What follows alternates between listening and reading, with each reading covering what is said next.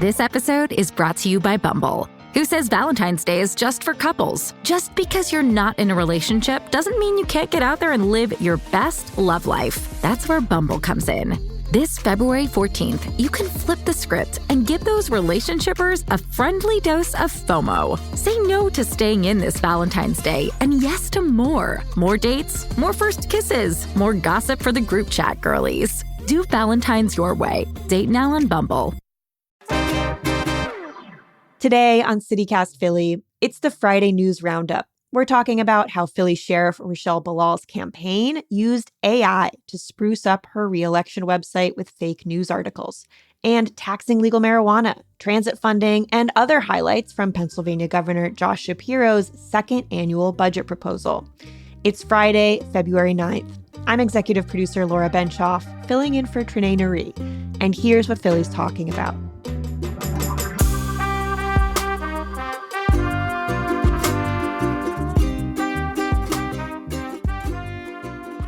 Joining us this week is Bill Bender, reporter at the Philadelphia Inquirer. Thanks so much for coming on. Thanks for having me.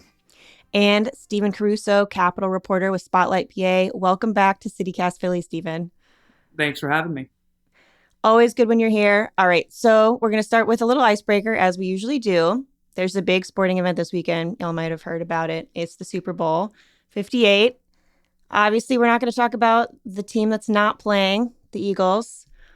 But it is the Kansas City Chiefs versus the San Francisco 49ers.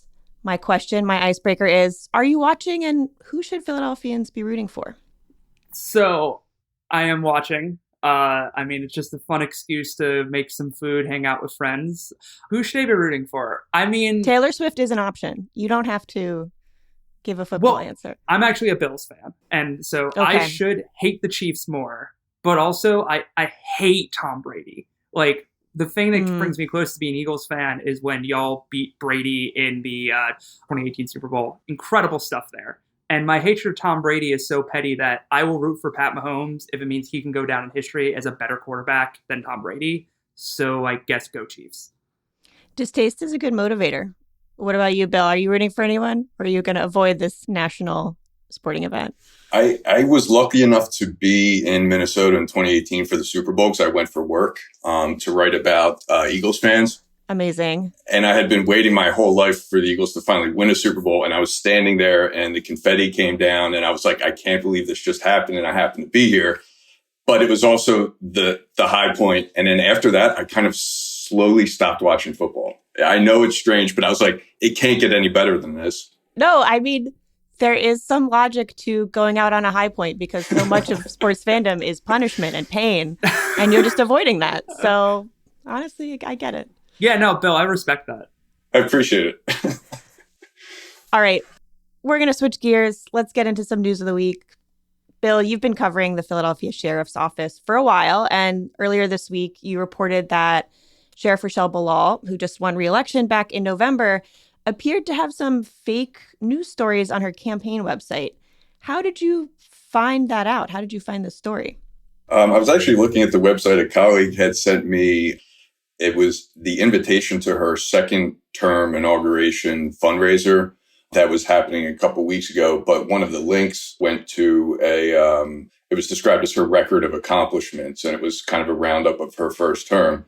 And there were like 30 or so headlines from local news organizations like the Inquirer, WHYY, NBC 10, other TV stations and radio. And I was like, I don't remember things going this smoothly over the last 4 years. That was what tipped you off? They were too positive? You expect them to only include the positive things, but everything seemed kind of familiar, but not actually anything I remember.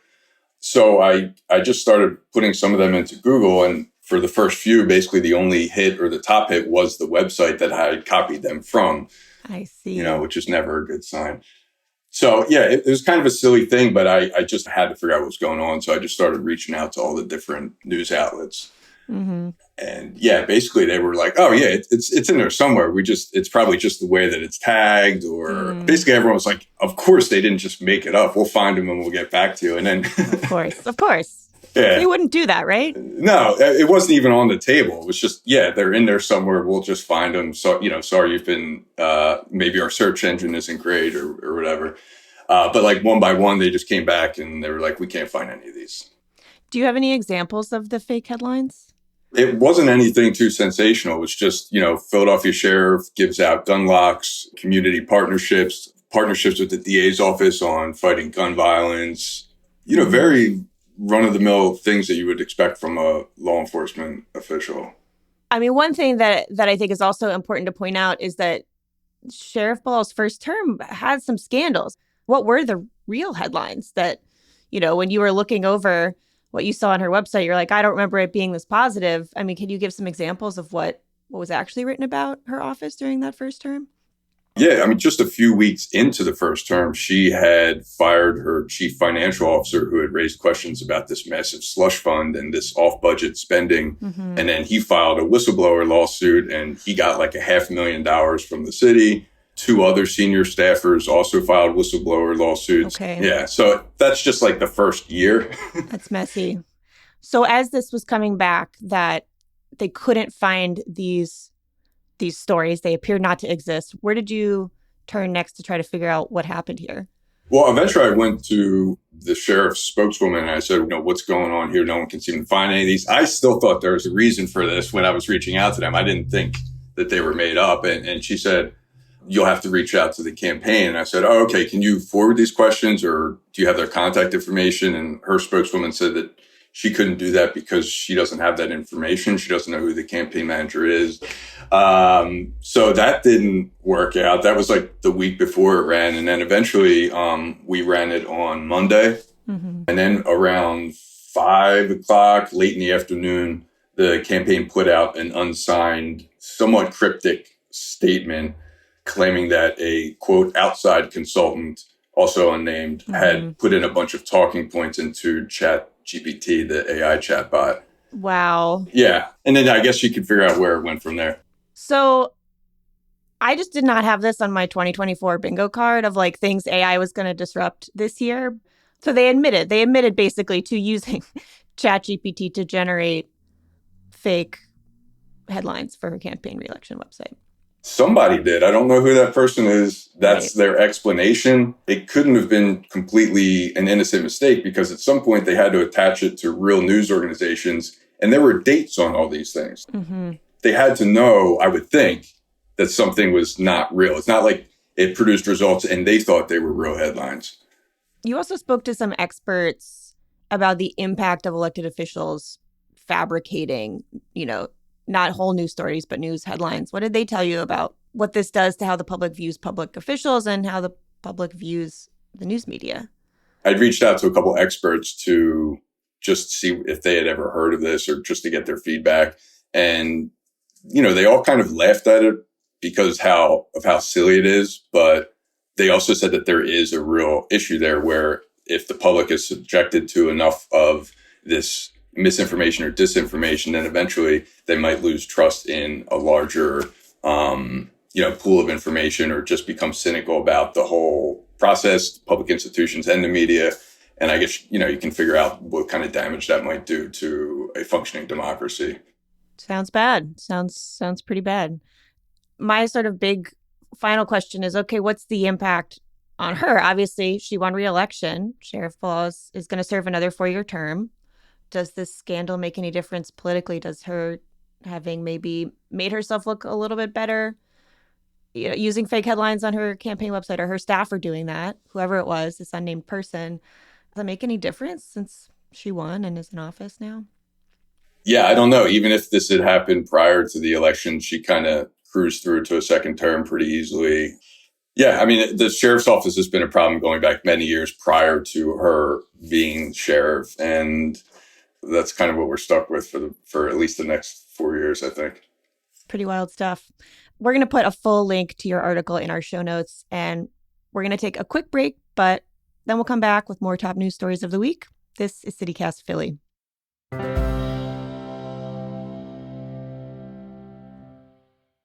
This episode is brought to you by Bumble. who says Valentine's Day is just for couples. Just because you're not in a relationship doesn't mean you can't get out there and live your best love life. That's where Bumble comes in. This February 14th, you can flip the script and give those relationshipers a friendly dose of FOMO. Say no to staying in this Valentine's Day and yes to more. More dates, more first kisses, more gossip for the group chat girlies. Do Valentine's your way. Date now on Bumble. Shipping can make or break a sale, so optimize how you ship your orders with ShipStation. They make it easy to automate and manage orders no matter how big your business grows. And they might even be able to help reduce shipping and warehouse costs. So optimize and keep up your momentum for growth with ShipStation. Sign up for your free 60-day trial now at ShipStation.com and use the code POD. That's ShipStation.com with the code POD. Stephen, you cover the Capitol for Spotlight PA, and big news this week was Democratic Governor Josh Shapiro's second annual budget proposal. Can you kind of give us a top-level summary before we get into more of the nitty-gritty of the details of what he's proposing? Sure. This is his second budget. It's a $48 billion budget, about a 7% spending increase off of last year. And I'd say that this is a budget that seemed really designed to appeal to legislative Democrats and like his party. It's a big ask, bigger than his ask last year. There's a lot of social programs. There's a lot of education spending, and there's going to be a lot to pick apart and debate within it in the coming months. The deadline is June 30th. Got it. Okay, so let's get into some of those specific priorities. You mentioned social spending. What are the things that he's making a big ask to fund more heavily in the next fiscal year? So the absolute biggest is about, depends on how you count it, but $1.8 billion for K through 12 education or so. This is in response to a court ruling issued almost exactly a year ago from a state appeals court that said the state has been unconstitutionally underfunding poor school districts. And that's been happening for years. So because of that, the court basically said, legislature, you need to act. You need to reform our education. It was kind of spotty on details. There seems to be a funding component to this. And there's also, I think, some maybe, policy reform component to this. Democrats have been leaning more towards the funding. Republicans have been leaning more towards the policy. And there's also this time element of like, it's making sure this money goes to those poor districts, which are rural, urban, they're all over the place. And then like sustaining that investment too. So it's not like you're just giving them money that then like they lose in a couple years and scaling this up. So it's like, it's a complicated, expensive problem. And Shapiro's $1 billion is an attempt to put a down payment. Right. Kids go to school every year. It's not a one and done type of thing. You knock it out in one budget. I also saw, he made a big to-do last week about transit funding. That's obviously something folks in Philly care a lot about because of the budget shortfall that SEPTA is facing. Was there any more detail on that? Yeah, so what the governor is proposing is about $280 million new dollars go to public transit overall. The state actually, Pennsylvania puts about we're getting close to $2 billion already in money for transit, but that's not just SEPTA. That's for every agency: Pittsburgh, Erie, Scranton, rural agencies that just ferry seniors to doctor's appointments. There's a lot of public transit, but obviously SEPTA is the biggest system. They get the lion's share of the funding. Shapiro's proposed increase in transit funding would bump SEPTA up to about $1 billion every year. And, that'd be a good amount of money. So Governor Shapiro also proposed some new ways to bring in revenue to the state. How is he hoping to raise money for his priorities? Yeah, so the governor has put two really big proposals out there. Legalizing marijuana. This is something that Pennsylvania is one of the last states in the Northeast that hasn't legalized it. We have medical, right, but not recreational. Correct, yeah, and I should say this is to legalize recreational marijuana sales. Only West Virginia, that's our only neighbor that hasn't legalized it yet. Everywhere else, Ohio, New Jersey, Delaware, Maryland, New York, etc. Shapiro's pitch was basically, look at everyone else around us. We're losing out. The hope is this would raise about $250 million once the program's totally together. But I should say this is an issue that people have asked for in Pennsylvania for a while. We took a while to get the medical marijuana, and recreational has been just as heavy a lift. I'm feeling some optimism from people because Shapiro asked for it very specifically, put a pretty specific deadline of I kind of want done this budget. But, and that's the hope. But can he just do that? He can't just legalize marijuana by saying, I'd like this money, please. right? Well, that's kind of how legalizations work in other states. I think the Really? revenue has Okay. been a big pull. Well, I would just say, like, it's not like the governor can do it by fiat, but states overall want more money in their coffers, obviously, and sin Sure. taxes are pretty popular. Sin taxes, taxes on booze, cigarettes, gambling. They're not like a broad base, like, payroll tax or something. They tax things that people like, basically. Exactly. Yeah. And speaking of that, the other revenue proposal that's worth noting is the governor wants to legalize skill games and tax them. These are those video terminals you might see in a bar or restaurant or convenience store where I think they often sometimes say like Pennsylvania skill on the side, and they're just like, they're They look video. kind of like a slot machine, right? Yeah, Kinda. well, I'll have you know that if you say that to somebody who owns one of them, they would be very offended at that insinuation. But but that's been the argument. The people who operate them say that no, there is this. That's why it's skill. Like you can game it, you can actually win out more money. It isn't just like clicking a button. I see. Okay. And hoping you get the cherries. Okay. But yeah, they've been around for a while. The hope is that will also raise an extra like maybe $350 million once the program's up and running. So, sin taxes all the way for Pennsylvania, more gambling, more and recreational weed. And that is Shapiro's hope to get some extra money into the budget. Got it. Okay. So he's got these big priorities. He's putting a few ideas out there about how you could get some more money in the state budget. But it's not just up to the governor, Governor Shapiro is a Democrat. The state house is controlled by Democrats currently, but the state Senate has a majority of Republicans. What are they saying about the odds these proposals have in getting through their chamber? Yeah, so they haven't been as happy. Senator Kim Ward, the top-ranking Republican over in the Senate, said it was I think, rainbows and unicorns budget. So I'm going to have to be a fiscal wonk for a second just to explain this well, which is basically that it's not that the state doesn't have enough money to afford what Shapiro wants to do. We have about $14 billion or so that has been saved up over the course of the pandemic because the state was getting federal aid and people were spending way more money than expected. So we had more tax revenue. So the issue is not so much that we could probably afford what Shapiro wants to spend this year on education, on transit, on housing, on insurance. But it's the continued investment year over year over year, 3, 4, 5 years down the line where it could get tricky. And Republicans are concerned about spending this money this year because they're looking further down the line at, the fact that we will eventually, we will run out of this piggy bank and then you have to talk about cutting something or raising taxes.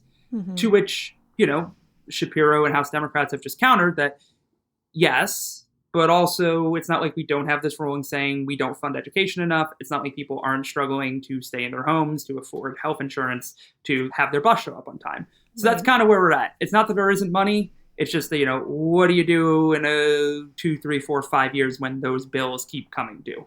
Got it.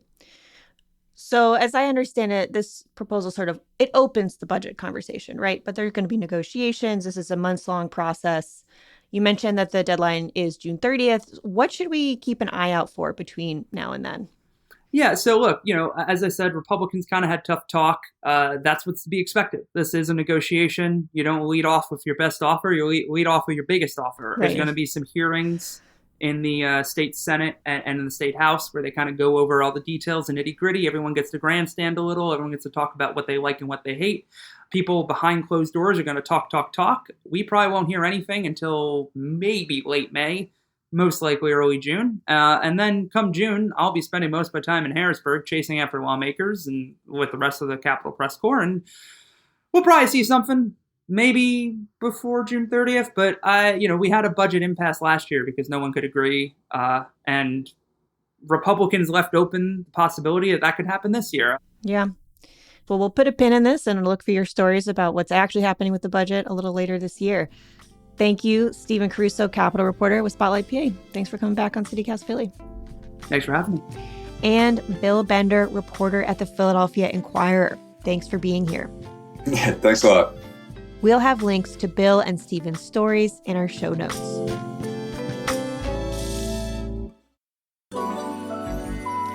It's time for the tip of the week, where we share a life hack for living in Philly. The city of Philadelphia has updated how you can apply for traffic calming measures in your neighborhood.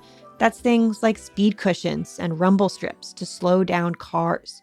Through the new online application process, you can learn right away if your request is eligible, and you can track its progress at any time. Visit the link in our show notes for more information. If you have a tip of the week, we'd love to hear from you too. Call or text us at 215-259-8170.